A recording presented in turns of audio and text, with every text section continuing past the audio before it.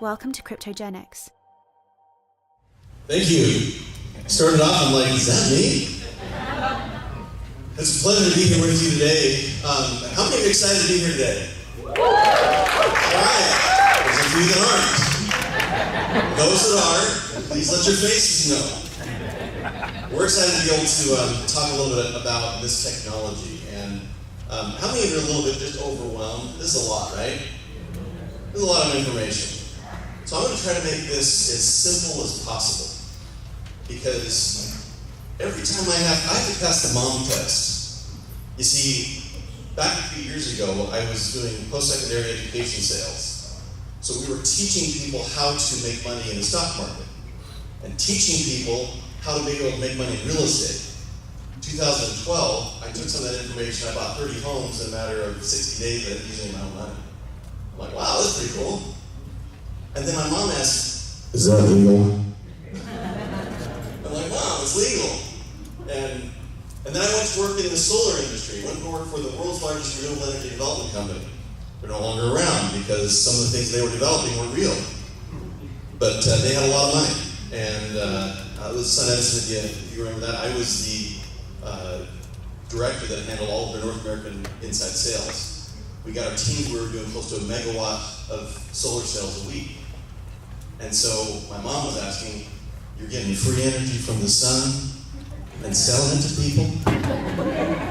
Is that legal? I don't even want to talk to you about Bitcoin.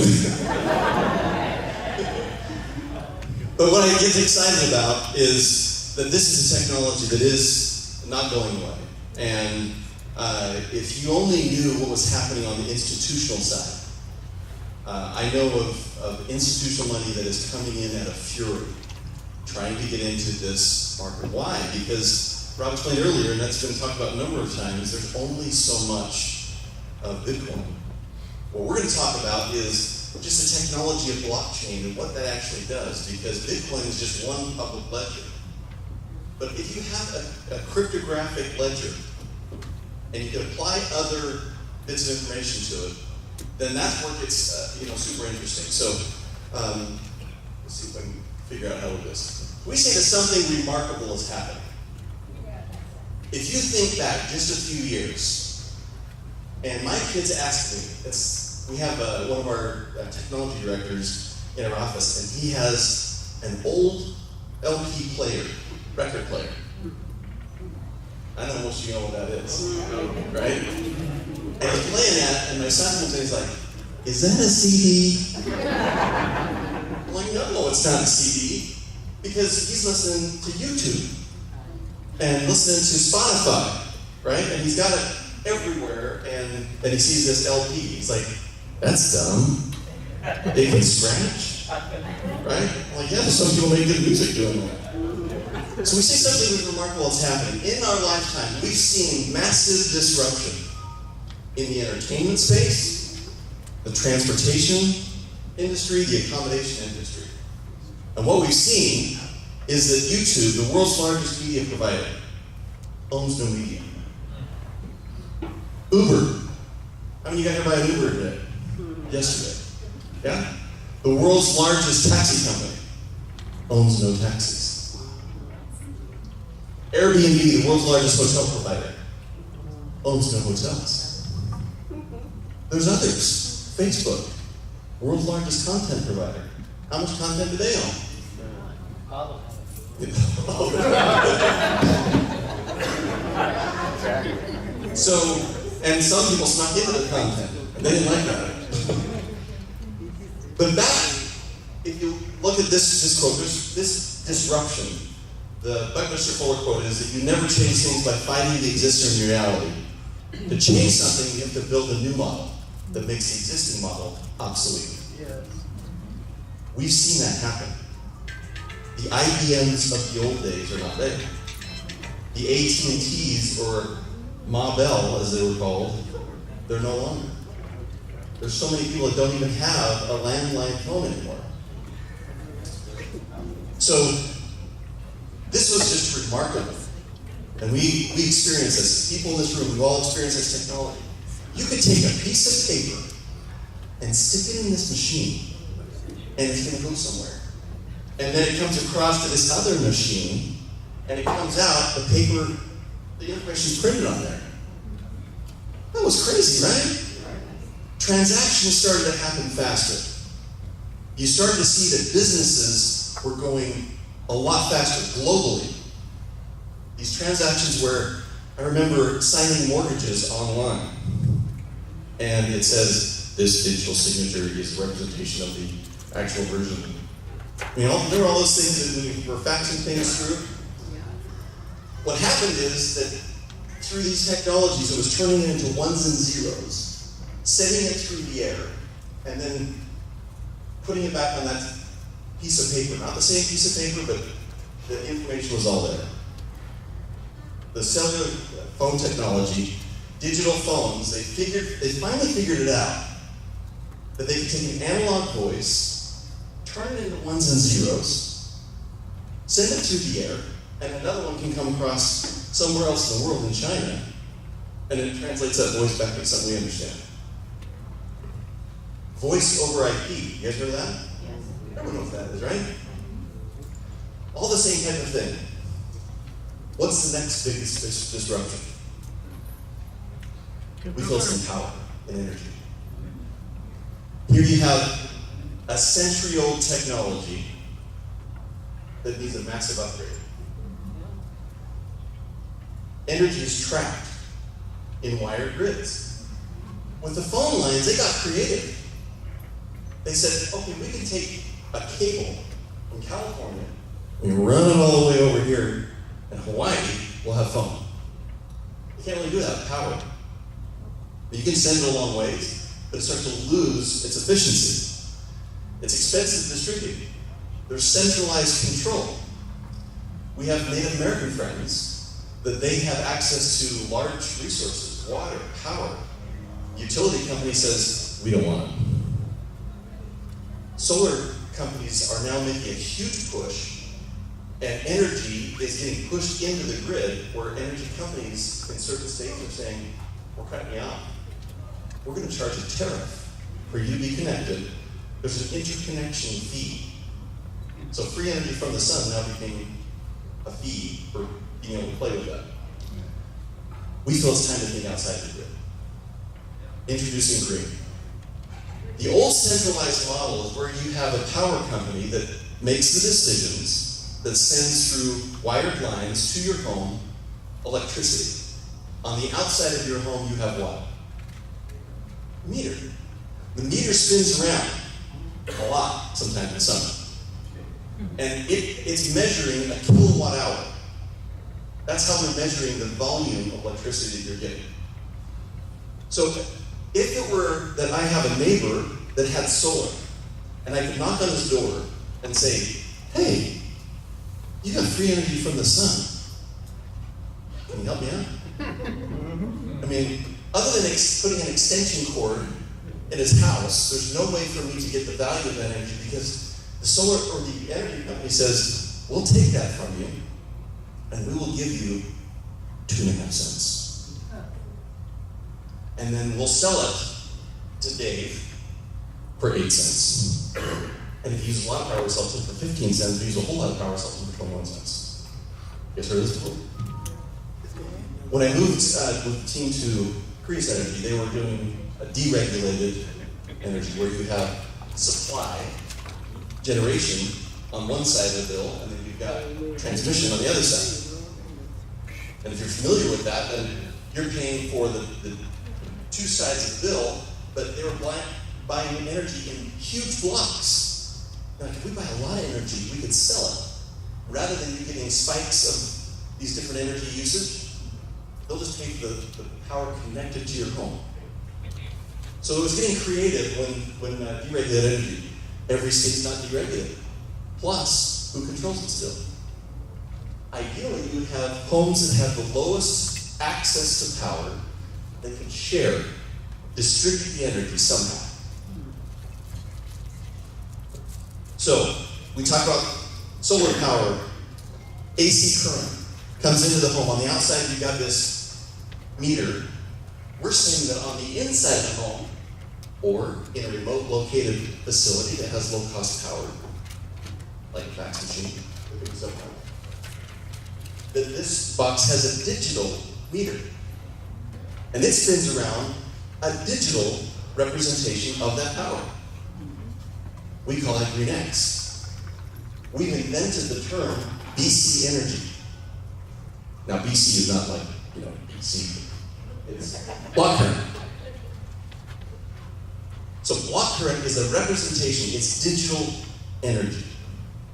We take a picture, encrypt it, and now I can fax power to Hawaii. Let me run that by again. So what happened is, if I've got a solar system that's on my home, what it's doing is it's creating energy, and during the day it's creating extra energy, pushing it back to the grid. It's offsetting the cost of power.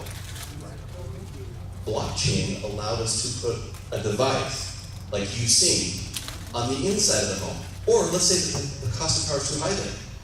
Our friends in Hawaii, they put them in our low-cost power centers at 3 to 5 cents. They're creating a digital value, like a gift card of power for that energy, which gets inverted to a green wallet, which can then pay for your power bill. Now, have you ever heard of rollover minutes? What if you have more digital GreenX than you have power bill? So remember the fax machine, the cellular phone, how it was turning ones and zeros as data and voice into digitized information? That's what this is doing. We're taking the power or energy, it flows through this device, it's being consumed. The point that it's being consumed, we take a cryptographic picture, turns it into ones and zeros. Now I can send it anywhere in the world. And goes to the green wallet, and out comes, for the value of power, all I have to do is invert it back. That's what this is. You remember when the shift card, the other little cards that can just digitally, that turns it right back into? That's the idea of how you get back the value of power. It's the value of power. You don't care about the solar panels. They don't look that great anyway. But it's awesome that it's an offset to the cost or value of the kilowatts that you're running through. So on this side, we have a single device, a green box. Looks kind of white to me. And on this side is more of our industrial side. So this one's about 1,200 watts, and it's runs 24/7. On this side, we have 800 or more of these. It's a 40-foot container. We patented that technology at GreenBox Pro, and we can sit at any location that has low-cost power. We found a hydro plant that was overproducing way too much power, and they couldn't send it, they couldn't monetize it. And so we said, we can help you. Solar in a box, right? Put it right on location, you can ship it somewhere place else. The value of it can be monetized. This is inside that box. All of those, we don't have the sound on this, but all of those little devices are currently doing a function for the blockchain. If you learn one thing, learn this. When we had cellular phones first come out, what do they require? A battery. How many people said a phone's dead? Okay. The other thing they need is a signal. Can you hear me now? Right? So those two ingredients with blockchain is you've got to have a device, and you also need to be able to have this energy that powers the device that's running a function. When it produces that function, we've already seen how it can produce a reward. That reward is digital currency. So we patented a new process called proof of power.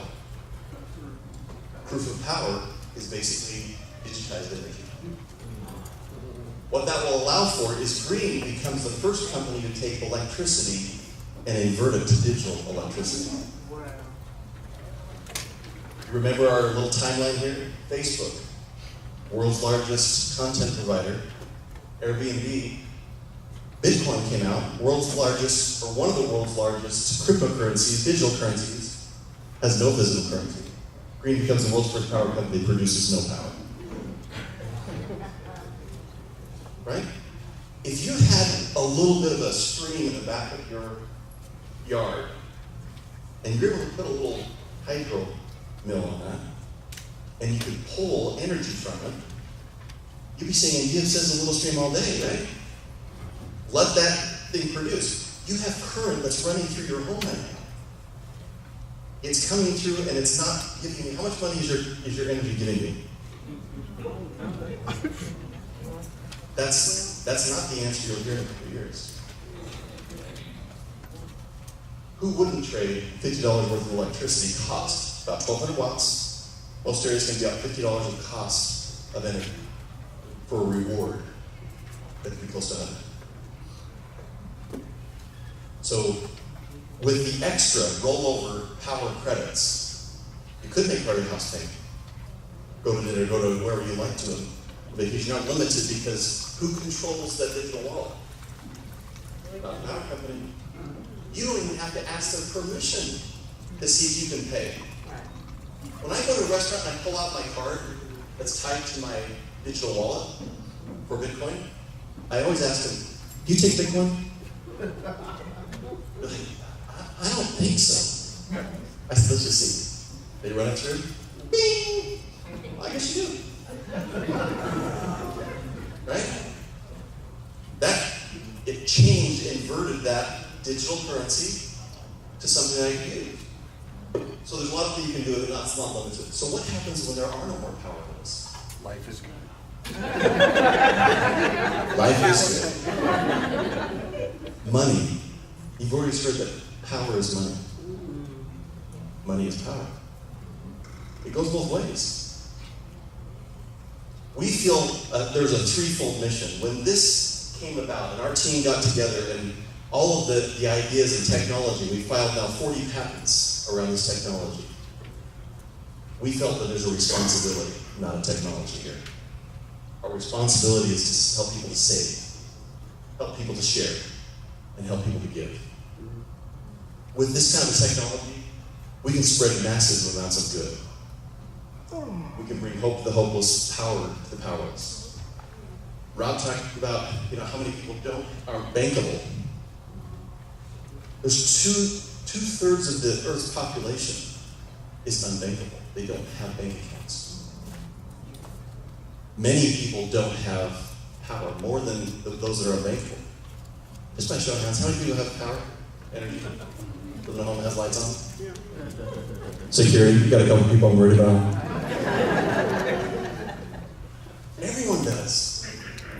If you could get a device, either there at your location of low-cost power or somewhere else, that could offset that, that's how this can start to work for you. So the power grid is now in your hands. You can decide. And with distributed digital electricity, we have a lot that can be done. So this is a team working with Cryptogenics. We feel like that is one of the key relationships that we want to be able to share this with the world. Because there's not very many people that understand blockchain. But I don't understand how a microwave works. I don't care. I'm the chef when I push 2 and hit start. That's all I care about. So that's green. Green, if you've heard of green boxes, now there are, just with anything, there are some groups out there that are trying to copy the names. Be sure that you get with leadership here, that you have the right links, the right websites. We have equipment that we're offering very limited to those people that we know, because it is not available to the world yet. And when it is, it's going to be hard to get our hands on the just production of being able to make sure that it's available. What's happening with green in the first few years is, just like Bitcoin, Ron went through the halving, half of all of the digital digitized token will be the first year. Then it halves every year after that. So the time you get in, Now. whenever you feel like it's good. Right? Whenever you feel like it's good, because if you wait, that's great. And those of us who I saw Bitcoin when it was, around $25, $30. I had several friends, yeah, take a look at this. And I come back and I'm like, okay, I messed up. I really didn't get into it when I should. I have to show you something because this thing's kind of funny. One of the guys in our office, he had one of these. Actually, the wrong one. This one. Anyone know what this is?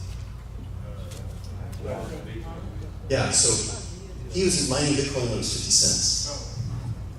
And got 50,000 of them. And come on one of these. He actually sold all of it but 10%. He got 500. Had it on one of these. They moved. And he's like, honey, have you seen my little drive? He's like, what drive? 500 Bitcoins out in the dump somewhere around the state of Utah. You'll find it. But when they say that there's only so much of it, it's just like cash. If you put your cash to a shredder, you're going to get, or shredder, you're going to get back. So learn what you need to learn with the education that you're getting here. Learn how to protect it. Learn how to make it work for you.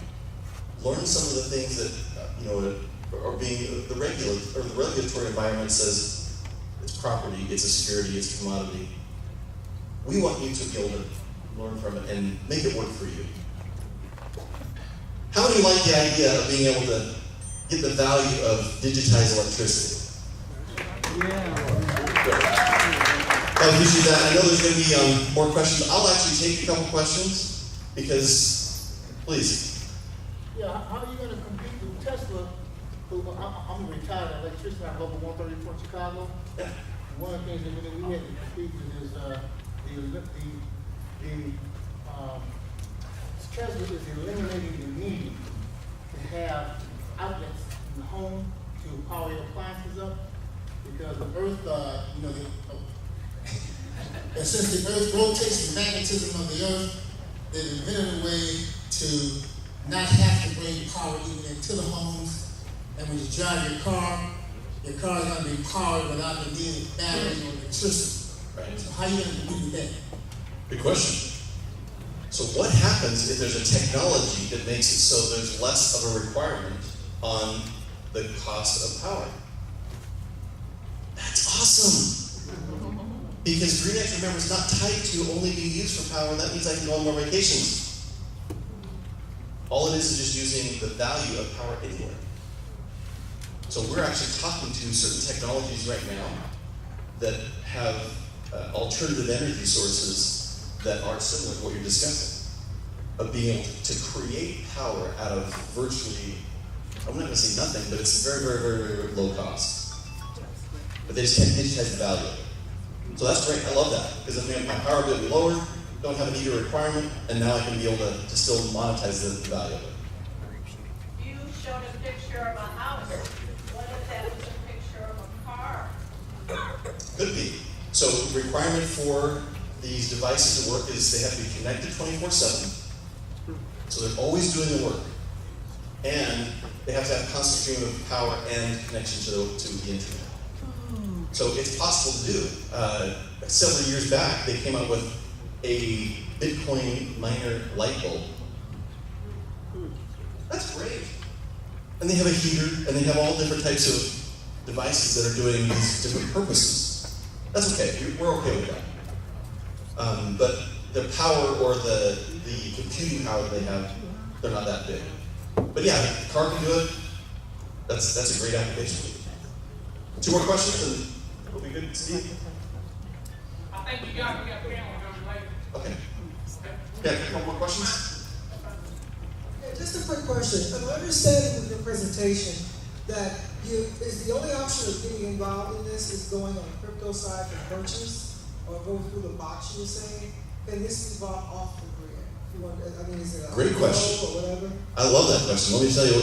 So what she's suggesting, is it possible for me or someone who's in a high cost power area to just buy the digital value of energy? You're thinking ahead. Because what if, just like Uber, there were people out there who had cars, and there are people out there who need a ride, and someone said, I need a ride. That's how it was all invented, right? So what if someone were to say, look, I've got the value of power at 6 cents. I'm going to pledge that at 7. And others said, I could use that at 7 because I'm in California, I'm paying 25. If you get me down to 15, I'm your best friend. So that's another way to be able to arbitrage, and you never even have to make the arrangement. That can be done through an electronic interchange, just like I press the button and someone shows up, I don't know what it's going to be yet, until I press the button. Great application, and yes, we're already talking to companies that could help facilitate that. All right, our last question. Yeah, my question.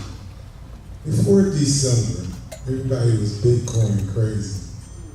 It hit a benchmark high, unbelievable. What do you think caused it to lose its value by 50% by January? Great question. So more of a Bitcoin type of question, and here's how I would say my answer to that is, because there's probably 12 different answers and they'd all be different. But my answer to that is that there are, let's just say I've got 5 kids, but let's just say I had 3 that were called FUD, FOMO, and HODL. Okay? Elmer Fudd, it's FUD, if you hear some of these things and you'll understand what it means, is, anyone want to share is in the crypto world? You know what? We're going to answer that question shortly on the panel, because we're going to have them all come back up. So let's give it up for, thank you.